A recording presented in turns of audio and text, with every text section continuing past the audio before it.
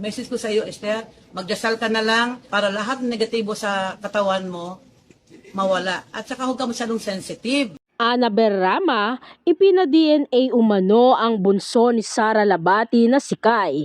Ina ni Sara na si Esther may makabuluhang post. Hindi napigilan ni Esther Labati, ina ni Sara Labati, na mag-react sa issue hinggil sa umano'y pagpapa-DNA test ni Annabel Rama sa kanyang apo na si Kai.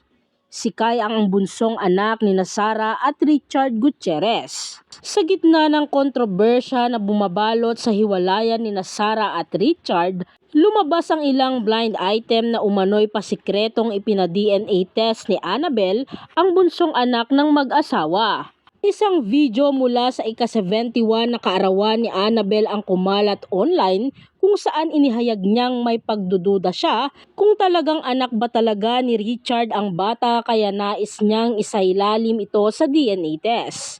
Sa ngayon ay burado na ang nasabing video. Sa kabilang banda, mainit na pinag-usapan sa Reddit ang post ng isang netizen kaugnay sa issue. Ayon sa chismis, natuklasan umano ni Sara ang ginawang ito ng kanyang biyanan, na siyang nag-udyok sa kanya na tapusin na ang pagsasama nila ni Richard. Chika pa ng netizen, real reason why they broke up?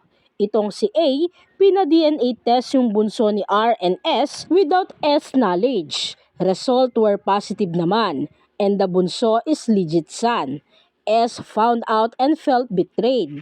Samantala, lalong umiinit ang issue ng sagutin ng ina ni Sara ang komento ng isang netizen hinggil sa pagpapa-DNA test ng pamilya ni Richard sa kanyang apo.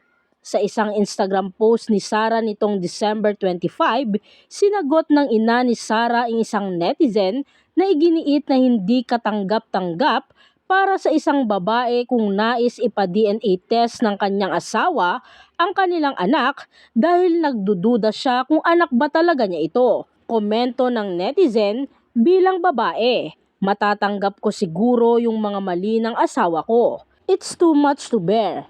Sa kanyang reply, sinabi naman ni Esther na hindi niya maisip kung bakit galit ang isang tao na hindi niya pinangalanan kay Sara, na hindi nga nito pinapayagan lumabas ang kanyang anak na walang kasamang bodyguard. Dagdag pa niya, napakaseloso rin umano ng taong kanyang tinutukoy. Sa huling bahagi ng kanyang komento, sinabi ni Esther na baka mapahiya lamang ang pamilya ng taong iyon kung magpapa-DNA test sila.